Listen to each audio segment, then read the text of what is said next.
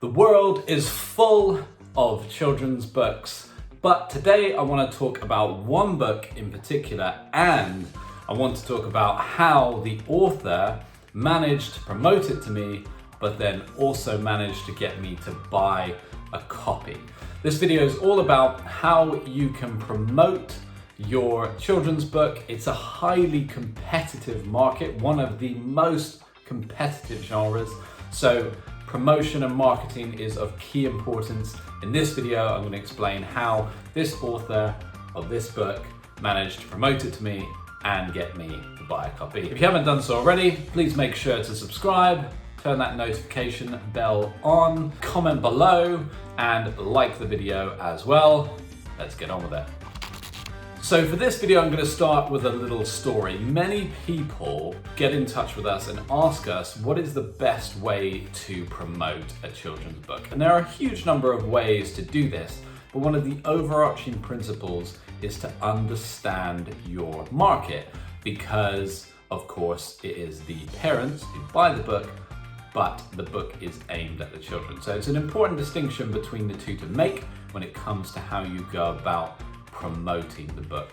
As I said before, it's highly competitive, so you need to really think carefully about your strategy. So to set the scene, it was a Saturday morning. I was browsing the local market with my partner and our daughter, and we came across a stall. Of course, it was Lee running the stall, and the steps that he took, so the 7 steps that he took here and the 7 items that he took into consideration is ultimately how he promoted the book and how he was selling copies of his book.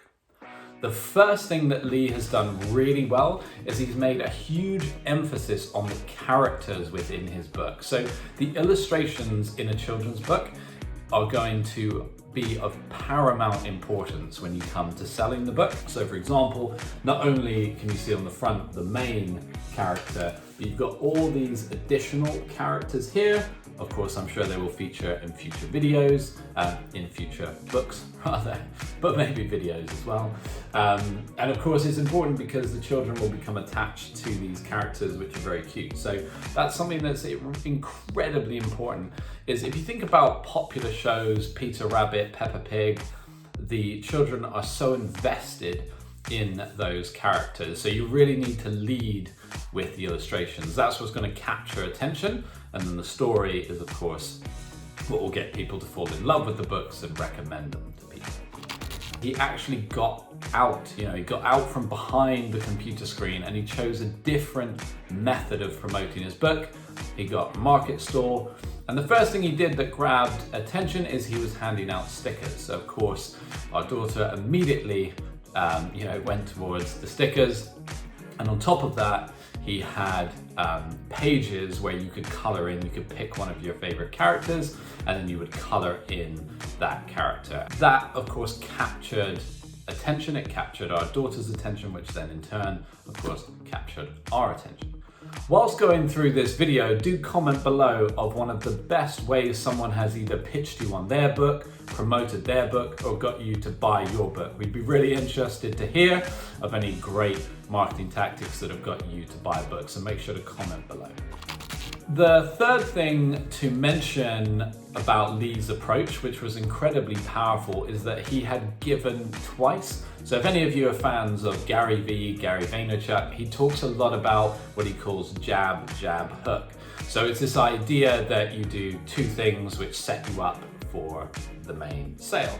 And what he'd done here is he'd given twice. So he said, here's a sticker, here's a page where you can color in one of the characters. So that's 2 things he's already offered. At that point, it's really hard to, at least take it, you can't turn away at that point. You're going to at least take a look and see what the book is about.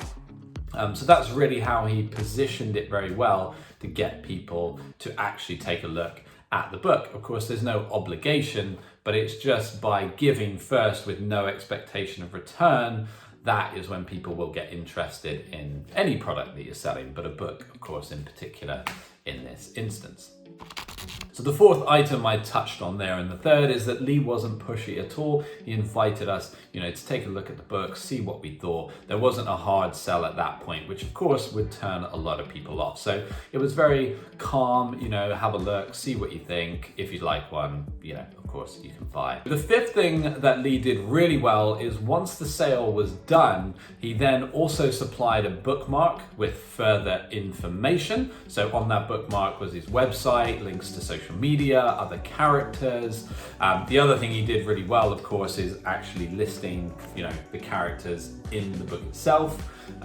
So because he's using the book in effect to then promote future books, and he also has other items you can see there promoted again in the back of the book. So use those final pages to promote your book. Use things like bookmarks as well to promote your book and push it further. Point number 6, and this is probably one of the most important points I'm going to make in this video, is Lee asked for a review. So many people don't do this. You have to ask for reviews because it reminds people to go and leave a review of your book.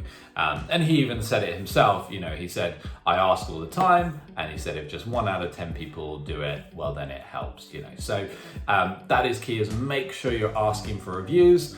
People won't get turned off by it, we understand. And he also phrased it very well in that he said, no obligation to leave a review, but if you could, it would really help the book, and there's one tweak I would make to it. I would probably reword it slightly as, if you leave a review, it would really help, but also it will mean that more children discover these lovely stories, kind of just reframing it slightly.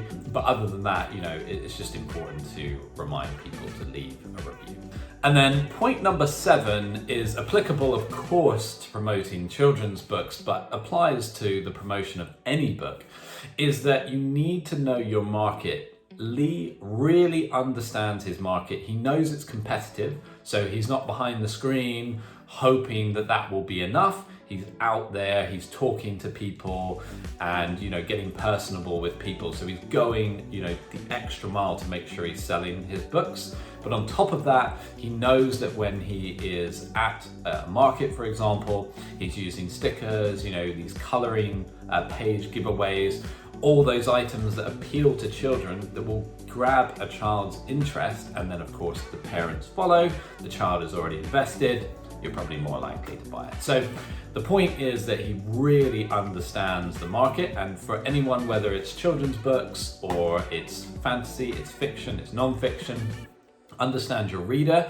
and figure out where they are physically, online, and figure out a way to get them interested.